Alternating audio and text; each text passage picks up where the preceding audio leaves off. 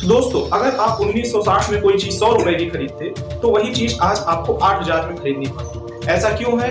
महंगाई के कारण। क्योंकि महंगाई करेंसी की वैल्यू हर साल कम करती जा रही है। तो इस वीडियो में हम जानेंगे कि अगर महंगाई हटा दिया जाए या इन्फ्लेशन को खत्म कर दिया जाए तो उसके क्या क्या इफेक्ट पड़ेंगे, और कुछ सवालों के हम जवाब भी तलाश करेंगे कि महंगाई का कारण क्या है, महंगाई हटने से क्या प्रभाव पड़ेंगे, और इन्फ्लेशन के सबसे बड़े विलेन से मिलेंगे जो कि है डिफ्लेशन। तो चलिए शुरू करते हैं। पहला, महंगाई का कारण क्या होता है? तो दोस्तों, महंगाई के कई कारण होते हैं। जैसे कि अगर गवर्नमेंट नोट ज्यादा प्रिंट करती है जिसके कारण जो करेंसी की सप्लाई होती है वो बढ़ जाती है, और करेंसी की सप्लाई बढ़ती है तो करेंसी की वैल्यू जो है वो घट जाती है।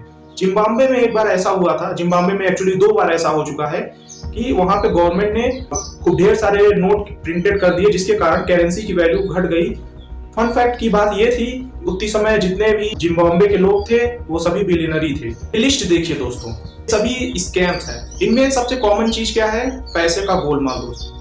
तो अगर इतने पैसे सिस्टम से हटा दिए जाएं तो वो पैसे आएंगे कहाँ?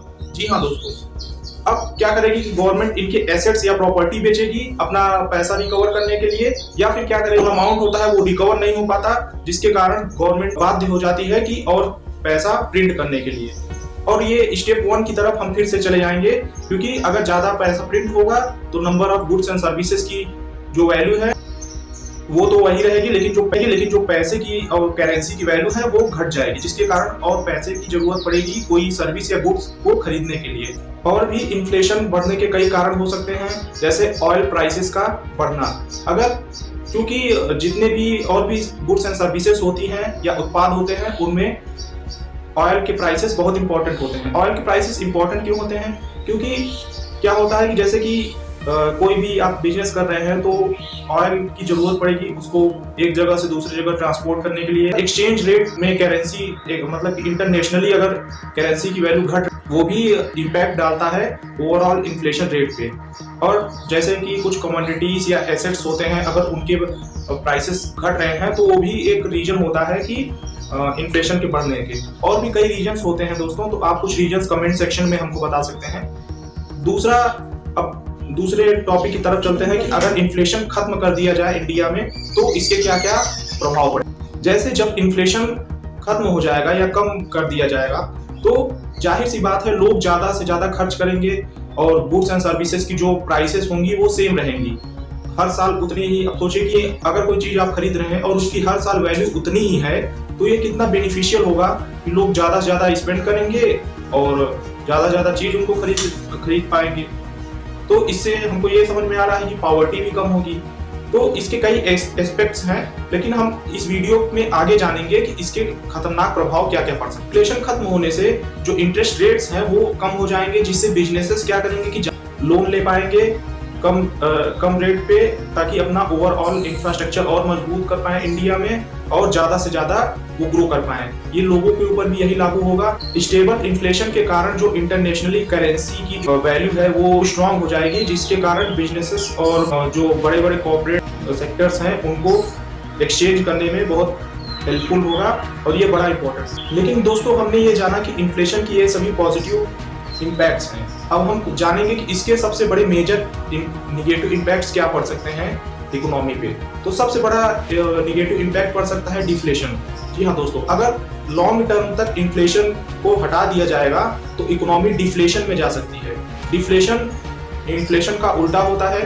डिफ्लेशन में क्या होगा कि जो बिजनेसेस होंगे अपने सर्विसेज और गुड्स प्रोड्यूस कर ही रहे हैं, लेकिन उनकी वैल्यू घट जाएगी, जिसके कारण कम दाम में लोग ज्यादा चीजें खरीद सकते हैं। अब ये सोच के कितना अच्छा लगता है कि जो उत्पाद है उसकी वैल्यू घट हो गई तो हम ज्यादा, करेंसी की वैल्यू और स्ट्रांग हो गई तो हम ज्यादा खरीद सकते हैं चीजें, और बेनिफिशियल होगा।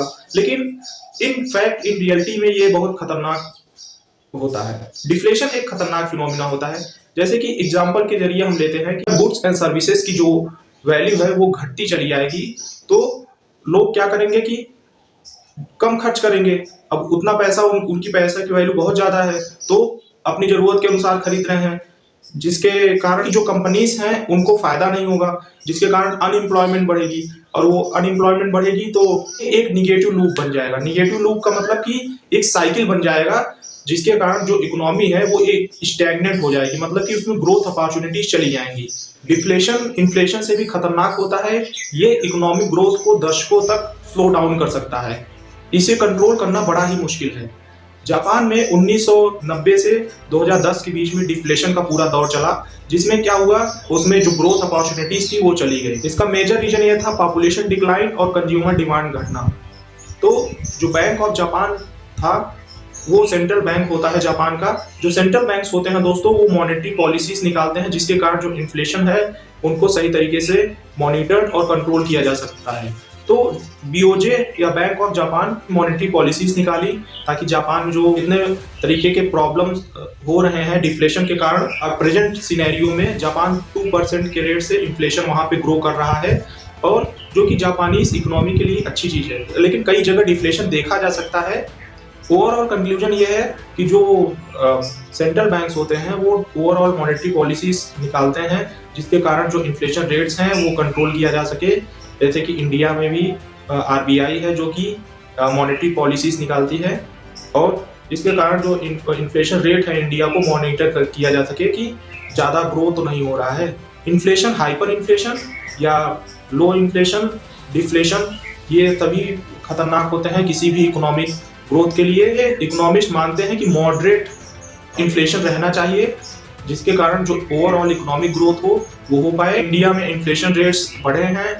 फरवरी 2023 की एक रिपोर्ट के अनुसार ईयर ऑन ईयर जो इंटरेस्ट रेट्स हैं इंडिया में वो 6.2% है, जो कि आरबीआई के एस्टिमेट से ज़्यादा है। और आरबीआई इसके कई तरीके की पॉलिसीज निकालती है जिसको कंट्रोल किया जा सके। और ये था हमारा इन्फ्लेशन पे एक वीडियो। दोस्तों कैसा लगा, और अगर अच्छा लगा हो तो सब्सक्राइब करिए।